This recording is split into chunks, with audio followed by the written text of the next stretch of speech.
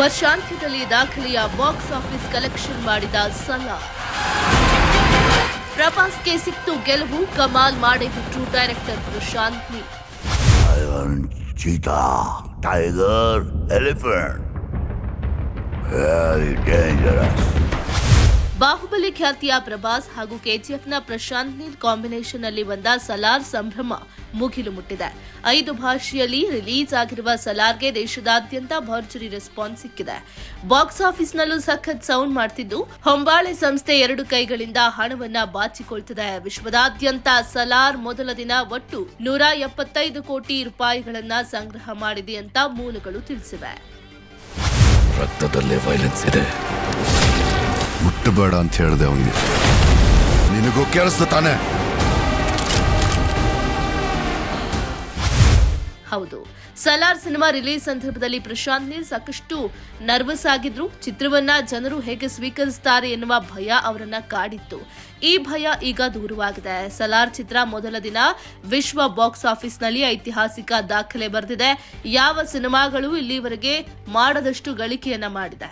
ಈ ಚಿತ್ರದಿಂದ ಹೊಂಬಾಳೆ ಫಿಲ್ಮ್ಸ್ಗೆ ಭರ್ಜರಿ ಲಾಭ ಆಗಿದ್ದು, ಪಕ್ಕಾ ಪೈಸಾ ವಸೂಲ್ ಸಿನಿಮಾ ಇದಾಗಿದೆ.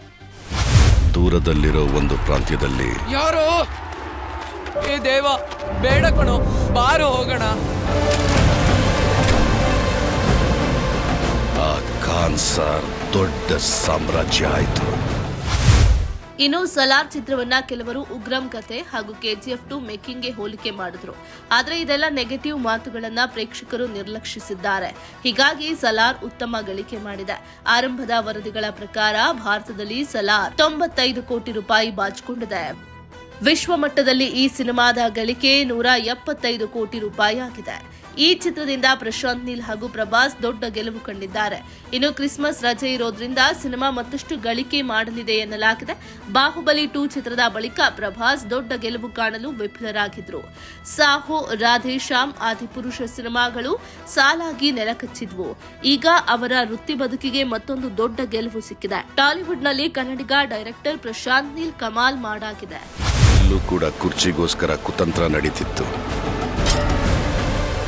ರಾಜಮನ್ನಾರ್ ವಾಪಸ್ ಬರೋದ್ರೊಳಗೆ ವರದಾನೆ ಇಲ್ಲ ಅಂದ್ರೆ ಏನ್ ಮಾಡ್ತೀಯ ಅವನ್ನ? ಇನ್ನು ಹೊಂಬಾಳೆ ನಿರ್ಮಾಣದ ಮತ್ತೊಂದು ಹೈ ಬಜೆಟ್ ಚಿತ್ರ ಸಲಾರ್ ಆಗಿದೆ. ಇದನ್ನ 270 ಕೋಟಿಯಲ್ಲಿ ನಿರ್ಮಾಣ ಮಾಡಲಾಗಿದೆ ಎಂದು ಹೇಳಲಾಗಿದೆ. ಮೇನ್ ರೋಲ್ನಲ್ಲಿ ಪ್ರಭಾಸ್, ಪೃಥ್ವಿರಾಜ್, ಸುಕುಮಾರನ್ ಕಾಣಿಸಿಕೊಂಡ್ರೆ ಸಿನಿಮಾದಲ್ಲಿ ಅನೇಕ ಗಣ್ಯರು ಆಕ್ಟಿಂಗ್ ಮಾಡಿದ್ದು, ರವಿ ಬಸ್ರೂರ್ ಅವರು ಮ್ಯೂಸಿಕ್ ಕೊಟ್ಟಿದ್ದಾರೆ. ನಮ್ಮ ಆರ್ಮಿ ಎಲ್ಲಿದೆ?